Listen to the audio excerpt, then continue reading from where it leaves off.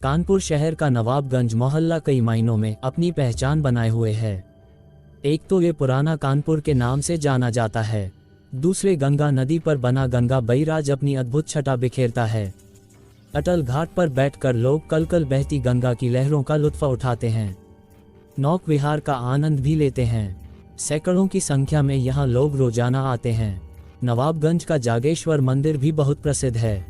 यहाँ हर साल सावन के अंतिम सोमवार को दंगल का आयोजन किया जाता है, जिसमें पुरुष और महिला पहलवान भाग लेते हैं। दंगल को देखने भारी भीड़ उमड़ती है। इसी जागेश्वर मंदिर के ठीक सामने ओम प्रकाश सैनी अपने परिवार के साथ रहते थे। उनके परिवार में पत्नी सरला के अलावा 3 बेटियां थीं। ओम प्रकाश सैनी फूलों का व्यवसाय करते थे। उनकी पत्नी सरला जागेश्वर मंदिर परिसर में फूल बेचने का काम करती थी। पति पत्नी मिलकर इतना कमा लेते थे जिससे परिवार का खर्च मजे से चलता था। बड़ी बेटी कुसुम जवान हुई तो उन्होंने उसका विवाह संतोष के साथ कर चुके थे। मंझली बेटी बरखा थी, वह अपनी अन्य बहनों से ज्यादा खूबसूरत थी। जवानी की दहलीज पर कदम रखते ही उसकी खूबसूरती में और निखार आ गया था।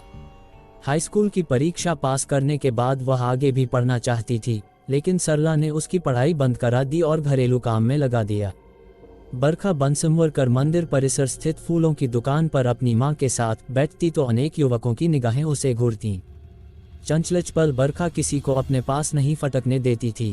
बरखा के जवान होने पर वह उसके लिए उचित लड़के की तलाश में जुट गए। उन्होंने परिचय के साथ बरखा का नाम सैनी समाज के सामूहिक विवाह रजिस्टर में भी दर्ज करा दिया। लंबी भागदौड़ के बाद उनकी तलाश कृष्णकांत पर जाकर खत्म हुई। कृष्णकांत के पिता रामकुमार सैनी कानपुर शहर के यशोदा नगर मोहल्ले में रहते थे। सैनिक चौराहे पर उनका निजी मकान था। वैसे वह मूल निवासी सकरापुर बीधनू के थे। वहां उनका पुश्तैनी मकान और कुछ खेती की जमीन है। रामकुमार के परिवार में पत्नी सुनीता के अलावा एक बेटी शिखा तथा बेटा कृष्णकांत था। शिखा की वह शादी कर चुके थे, जबकि कृष्णकांत अभी कुंवारा था। कृष्णकांत इलेक्ट्रीशियन था। वह क्षेत्र की एक दुकान पर काम करता था। ओम प्रकाश सैनी ने जब कृष्णकांत को देखा तो वह उसके आचार विचार से प्रभावित हुए। अच्छा घरवर देखकर ओम प्रकाश ने अपनी बेटी बरखा का रिश्ता उसके साथ तय कर दिया। फिर 22 दिसंबर 2009 को बरखा का विवाह कृष्णकांत सैनी के साथ धूमधाम से कर दिया। शादी के बाद बरखा कृष्णकांत की दुल्हन बनकर ससुराल आई तो उसने अपने बात व्यवहार से पति और सास ससुर का दिल जीत लिया। सुंदर व सुशील बहू पाकर जहां सास ससुर खुश थे, सब खुश थे, लेकिन बरखा खुश नहीं थी। उसने जिस सजीले पति को सपने में संजोया था, कृष्णकांत वैसा नहीं था। वह साधारण रंग रूप वाला, दुबला पतला तथा कम बोलने वाला इंसान था। बरखा ने सुहागरात में ही जान लिया था कि उसका पति पौरुषहीन है।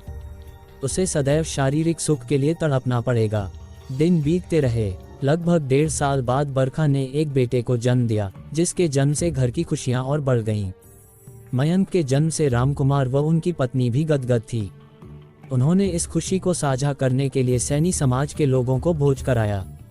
बरखा को घर में वैसे तो सब सुख था, लेकिन पति सुख से वंचित रहती थी। कृष्णकांत सुबह 9 बजे घर से निकलता, फिर रात 9 बजे ही घर आता। वह कभी शराब के नशे में धुत होकर घर लौटता तो कभी बेहद थका हारा। कभी खाना खाता तो कभी बिना खाए ही चारपाई पर पसर जाता। बरखा रात भर करवटें बदलती रहती और गीली लकड़ी की तरह सुलगती रहती। वह हर रात अरमानों को खाक करती और भाग्य को कोसती। इसी तरह समय बीतता रहा। कृष्णकांत का एक दोस्त था दीपक गुप्ता। उसके घर से 4 घर छोड़कर वह रहता था। दीपक के पिता विमल गुप्ता की घर के बाहर पान की दुकान थी। कृष्णकांत भी उसकी दुकान पर पान मसाला खाने जाता था। दुकान पर ही कृष्णकांत की उसकी दोस्ती दीपक गुप्ता से हुई थी। समय के साथ उनकी दोस्ती गहरी हुई तो दीपक का उसके घर आना जाना शुरू हो गया। दीपक गुप्ता ई रिक्शा चलाता था। उसकी कमाई अच्छी थी। वह बनसंवर कर रहता था।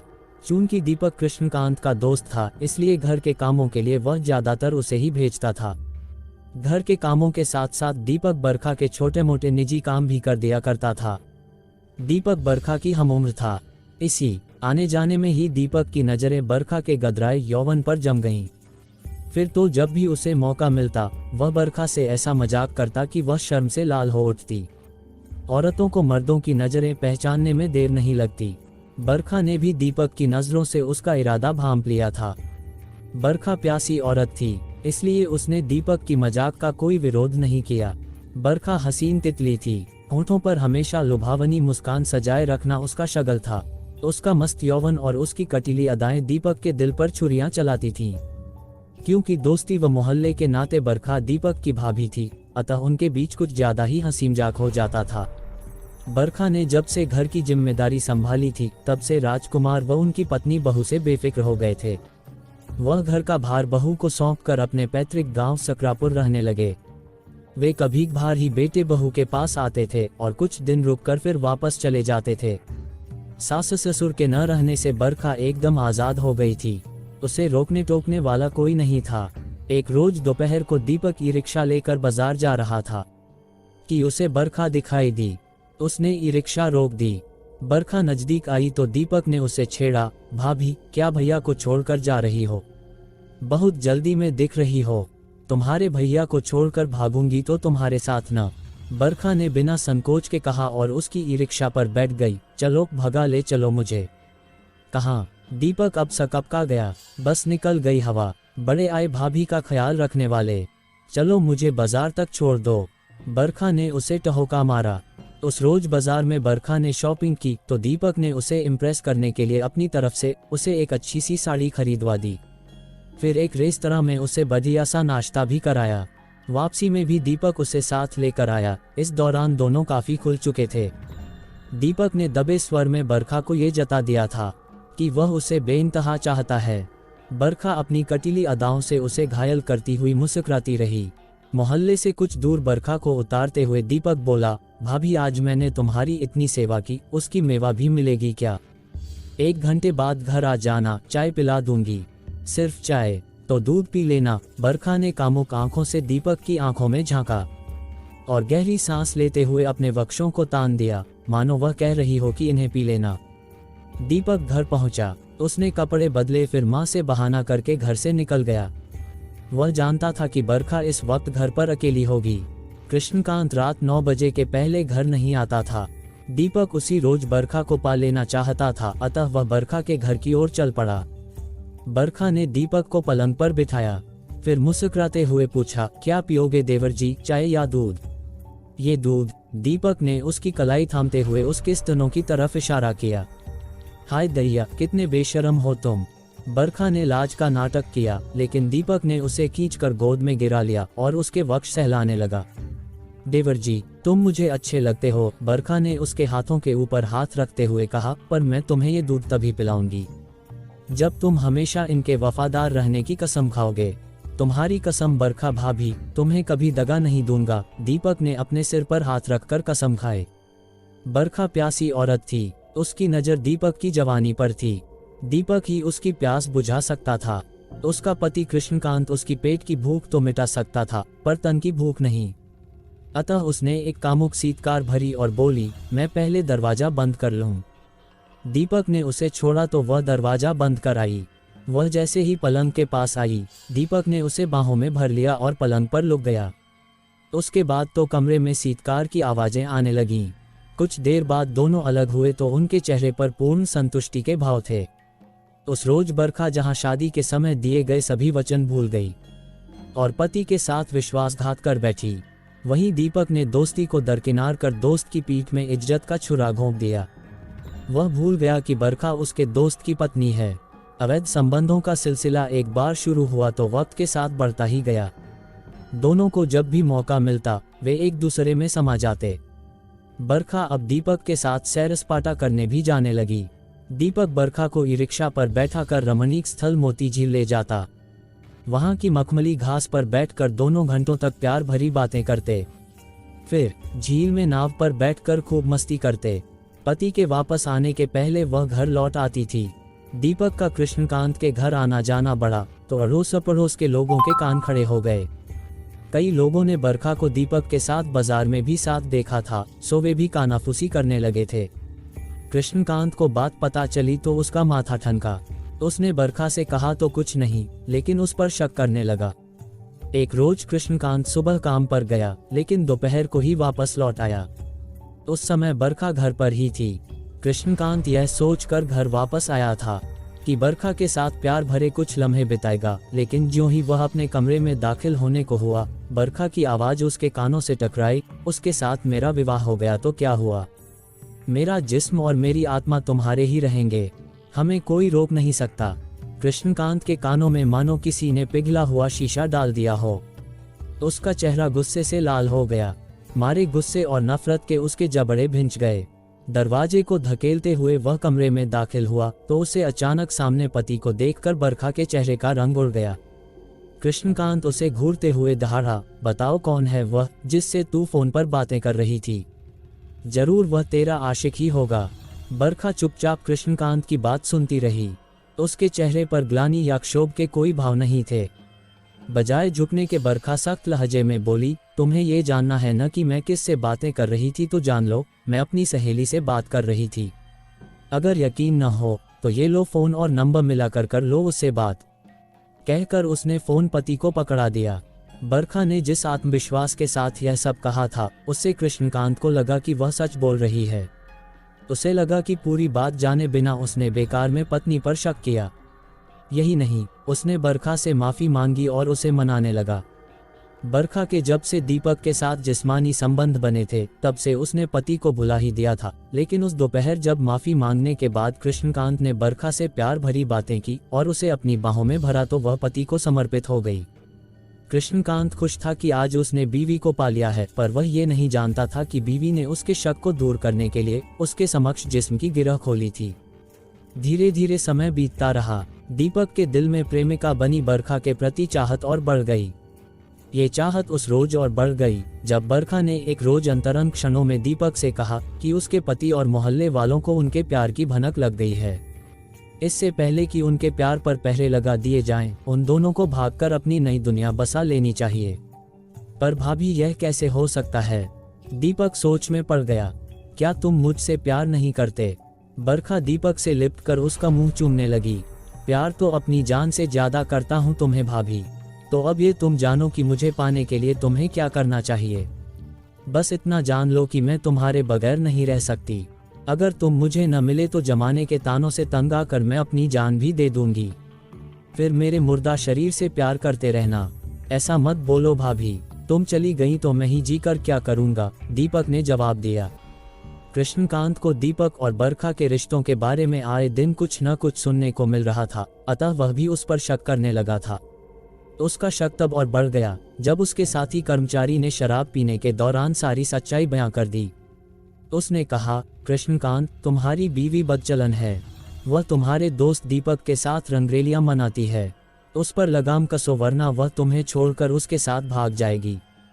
कृष्णकांत को सहकर्मी की बात कड़वी तो लगी, लेकिन नकार न सका।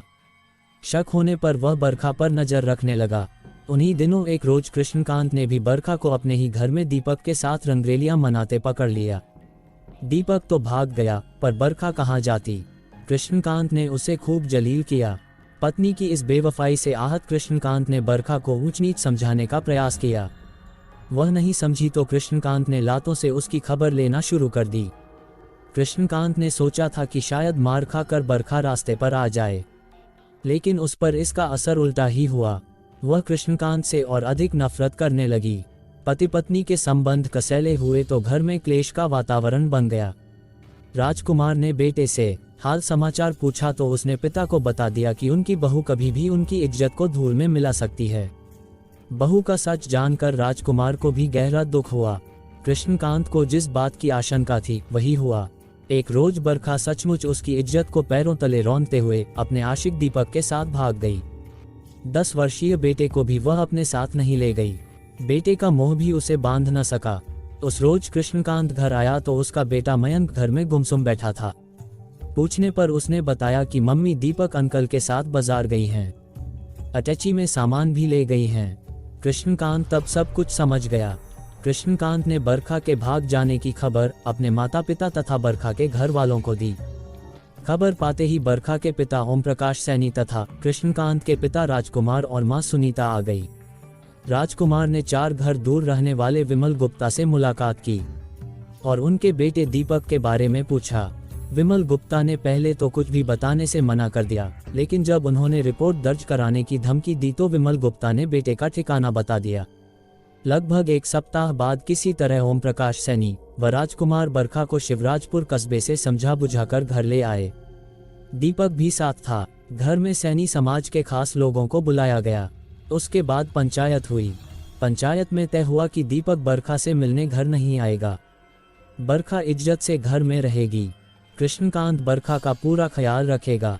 उसके साथ किसी तरह की मारपीट व बदसलूकी नहीं करेगा। बरखा और कृष्णकांत ने पंचायत के लोगों की बात मान ली। उसके बाद कृष्णकांत बरखा के साथ रहने लगा। बरखा के सास ससुर भी साथ रहने लगे। बरखा सास ससुर की निगरानी में रहने लगी तो उसका अपने प्रेमी दीपक से मिलना जुलना बंद हो गया। अब वह जब भी घर से बाहर निकलती तो सास उसके साथ रहती। समय बीतता रहा। अगस्त 2022 में बरखा ने दूसरे बेटे को जन्म दिया। दूसरे बेटे के जन्म से एक बार फिर से घर में खुशियां लौट आईं। खुशी इस बात की भी थी कि 10 वर्ष बाद बरखा ने फिर से बेटे को जन्म दिया था। इस खुशी में राजकुमार ने समाज के लोगों को दावत दी। दूसरे बेटे के जन्म के बाद कृष्णकांत को लगा कि बरखा अपने आशिक दीपक को भूल गई है, लेकिन यह उसकी भूल थी। बरखा के दिल में अब भी दीपक बसा हुआ था। वह उसके लिए तड़पती भी थी। अपनी तड़प वह फोन के माध्यम से मिटाती थी। बरखा को जब भी मौका मिलता वह दीपक से बतिया लेती थी और अपनी लगी बुझा लेती थी। दीपक भी बरखा के लिए बेचैन था, लेकिन उसका मिलन नहीं हो पाता था। 27 मई 2023 को बरखा के अशोकनगर निवासी मामा संजय की 13वीं थी। इस कार्यक्रम में शामिल होने बरखा अपने पति कृष्णकांत के साथ अशोकनगर पहुंच गई। यहां उसकी मां सरला तथा पिता ओम प्रकाश सैनी भी आए हुए थे। दिन भर मामा के घर जमावड़ा बना रहा। शाम को कृष्णकांत ने बरखा से घर चलने को कहा तो उसने कहा कि वह माता पिता के साथ नवाबगंज जा रही है। कल वह घर आ जाएगी। इसके बाद वह अपने दोनों बच्चों के साथ नवाबगंज चली गई और कृष्णकांत अपने घर चला गया। इधर दीपक को पता चला कि बरखा मामा के यहाँ गई है तो उसने फ़ोन पर बरखा से बात की और जीटी रोड स्थित हनुमान मंदिर पर मिलने को कहा, लेकिन बरखा ने उसकी बात ये कहकर नहीं मानी कि वह पति और माता पिता की निगरानी में है। इसके बाद कई बार दीपक ने फ़ोन किया और बरखा के संपर्क में बना रहा। शाम 5 बजे दीपक ने बरखा को फ़ोन किया तो उसने बताया कि वह मायके नवाबगंज जा रही है। इस पर दीपक ने कहा, बरखा, आज अगर हमारा मिलन तुमसे न हुआ तो मैं अपनी जान दे दूंगा। मैं बहुत दिनों से तुम्हारे लिए तड़प रहा हूँ। अब मुझसे रहा नहीं जाता। जवाब में बरखा ने कहा, तुम जान देने की बात मत करो। तुम जागेश्वर मंदिर परिसर आ जाओ। फ़ोन पर संपर्क बनाए रखना। मैं तुम्हारी इच्छा पूरी करने की पूरी कोशिश करूंगी। मेरी कॉल का इंतजार करना। कोई जल्दबाजी न करना। रात 9 बजे के पहले ही दीपक जागेश्वर मंदिर परिसर पहुंच गया और बरखा की कॉल आने का इंतजार करने लगा। इधर बरखा व घर के अन्य सदस्य खाना खाकर आए ही थे सो सब सोने चले गए। बरखा, उसके दोनों बच्चे, बहन व मां एक कमरे में लेट गए, जबकि उसके पिता दूसरे कमरे में। रात 10 बजे तक सभी गहरी नींद में सो गए, लेकिन बरखा को नींद कहाँ थी। वह छत पर जाकर चहलकदमी करने लगी। छत पर स्थित कमरे की भी उसने साफ सफाई कर दी थी। रात करीब 10:30 बजे बरखा ने दीपक को कॉल की और घर के दरवाजे पर आने को कहा। फ़ोन पर बतियाते बरखा और दीपक दरवाजे पर आए। बरखा ने दरवाज़ा खोलकर दीपक को घर के अंदर कर लिया। इसके बाद वह दीपक को छत पर बने कमरे में ले आई। यहाँ दोनों ने पहले शारीरिक भूख मिटाई, फिर आपस में बतियाने लगे। दीपक बोला, बरखा, मैं तुमसे बेइंतहा प्यार करता हूँ। तुम्हारे बिना अब नहीं रह सकता। तुम मेरे साथ भाग चलो। हम दोनों अपनी नई दुनिया बसा लेंगे। इस बार हम इतनी दूर जाएंगे जहां कोई हमें खोज ना पाएगा। दीपक, अब ये सब संभव नहीं। अब मैं एक नहीं 2 बच्चों की मां हूं। छोटा बेटा बस 9 महीने का है। उसे छोड़कर मैं तुम्हारे साथ नहीं जा सकती। फिर भागने से 2 परिवारों की इज्जत भी मिट्टी में मिल जाएगी। मेरा तुम्हारा मिलन जैसे आज हुआ है वैसा आगे भी होता रहेगा। मैं भी तुम्हारे लिए तड़पती रहती हूँ। तुम सदा हमारे दिल में रहते हो, लेकिन मुझे अब छिप छिप कर मिलना पसंद नहीं है। तुम्हें मेरे साथ आज ही चलना होगा। नहीं चली तो अनर्थ हो जाएगा। क्या अनर्थ हो जाएगा? मुझे मार डालोगे क्या? बरखा गुस्से से बोली। हाँ, मैं तुझे मार डालूंगा और खुद को भी मिटा लूंगा। दीपक भी गुस्से से भर उठा। बरखा ने दीपक की बात को मजाक समझा और हंसने लगी। इस पर दीपक का गुस्सा और बढ़ गया। उसने उसका गला पकड़ा और कसने लगा। बरखा बेहोश हुई तो दीपक ने जेब से चाकू निकाल लिया और बरखा का गला रेत दिया। प्रेमिका की हत्या करने के बाद दीपक चला गया। प्रेमिका के घर से दीपक गुरुदेव चौराहे पर आया। यहाँ से ऑटो पर बैठकर झकरकटी आया। अब तक वह ग्लानि व पकड़े जाने के डर से घबराने लगा था। कुछ देर वह झकरकटी पुल के नीचे रेल लाइन के किनारे बैठा रहा, फिर देर रात रेल से कटकर आत्महत्या कर ली। इधर रात लगभग 12 बजे बरखा का मासूम छोटा बेटा जाग गया। भूख से वह रोने लगा तो सरला की आंखें खुल गईं। उसने छोटी बेटी कल्पना को जगाकर कहा कि देखो बरखा कहाँ है, उसका बच्चा भूख से रो रहा है। कल्पना बरखा को खोजती छत पर गई तो वहां कमरे में बरखा की खून से तरबतर लाश देखकर वह चीख पड़ी। उसकी चीख सुनकर सरला वहां पहुंची, फिर उसका पति ओम प्रकाश सैनी। दोनों बेटी का शव देखकर अवाक रह गए। ओम प्रकाश सैनी ने पहले बरखा के पति कृष्णकांत को मौत की सूचना दी, फिर थाना नवाबगंज पुलिस को बेटी की हत्या की खबर दी। सूचना पाते ही SHO Pramod Kumar Pandey police team के साथ घटनास्थल पर आ गए। उनकी सूचना पर police commissioner BP. Jogdand, additional DCP central Aarti Singh तथा एसीपी कर्नलगंज मो. अकलम भी घटनास्थल आ गए। पुलिस अधिकारियों ने घटनास्थल का बारीकी से निरीक्षण किया। मृतका बरखा की उम्र 30 वर्ष के आसपास थी। उसकी हत्या चाकू जैसे किसी नुकीले हथियार से की हुई लग रही थी। घटनास्थल से पुलिस को मृतका का मोबाइल फोन मिला, जिसे अधिकारियों ने अपनी सुरक्षा में ले लिया। अब तक मृतका का पति कृष्णकांत तथा उसके माता पिता भी आ गए थे। पुलिस अधिकारियों ने मृतका के माता पिता तथा पति से पूछताछ की तो उन्होंने बताया कि रात 9 बजे तक सब कुछ सामान्य था। उसके बाद सब सो गए। आशंका है कि रात में बदमाश लूटपाट के इरादे से घुसे, शायद बरखा जाग गई तो उन्होंने उसका गला रेत दिया। पूछताछ के बाद अधिकारियों ने शव को पोस्टमार्टम के लिए लाला लाजपत राय अस्पताल भिजवा दिया। ओम प्रकाश सैनी के घर के ठीक सामने जागेश्वर मंदिर है, वहां सीसीटीवी कैमरे लगे थे। पुलिस अधिकारियों ने फुटेज चेक किए तो रात करीब 10:30 बजे एक युवती फोन पर बतियाते घर से बाहर निकलते दिखाई दी। दूसरी तरफ एक युवक घर में प्रवेश करते दिखा। इसके बाद रात 11 बजे पर वही युवक घर से बाहर जाते दिखा। ये फुटेज ओम प्रकाश सैनी व कृष्णकांत को दिखाया गया तो उन्होंने बताया कि फोन पर बतियाती युवती उनकी बेटी बरखा है। कृष्णकांत ने बताया कि फोन पर बतियाते दिख रहा युवक उसकी पत्नी बरखा का प्रेमी दीपक गुप्ता है, जो उसके पड़ोस में रहता है। इंस्पेक्टर प्रमोद कुमार ने बरखा के फोन से दीपक को कॉल की तो जीआरपी थाने के एक सिपाही ने कॉल रिसीव की। उसने बताया फोन धारक ने रेल से कटकर आत्महत्या की है। उसका शव अज्ञात में पोस्टमार्टम हाउस भेजा जा चुका है। दीपक के पिता विमल गुप्ता से शव की शिनाख्त कराई गई तो उन्होंने शव को तुरंत पहचान लिया। पुलिस ने बरखा और दीपक के मोबाइल फोन की कॉल डिटेल्स निकलवाई तो पता चला कि मरने से पहले दोनों के बीच 23 बार बात हुई थी। पिछले 2 महीने में दोनों के बीच 500 बार बात मोबाइल फोन पर हुई थी। जांच पड़ताल से स्पष्ट था कि दीपक ने ही पहले प्रेमिका की हत्या की, फिर खुद रेल से कटकर आत्महत्या कर ली। मृतका बरखा के पति कृष्णकांत ने पत्नी की हत्या की रिपोर्ट दीपक के खिलाफ दर्ज कराई, लेकिन दीपक द्वारा भी आत्महत्या कर लेने से पुलिस ने इस मामले को बंद कर दिया। कथा संकलन तक मृतका के दोनों बच्चे नाना नानी के पास पल रहे थे। कृष्णकांत को अपने बच्चों की चिंता सता रही थी। वह उनका पालन पोषण स्वयं करना चाहता है। इसके लिए उसके माँ बाप भी राजी हैं। कथा पुलिस सूत्रों पर आधारित। धन्यवाद।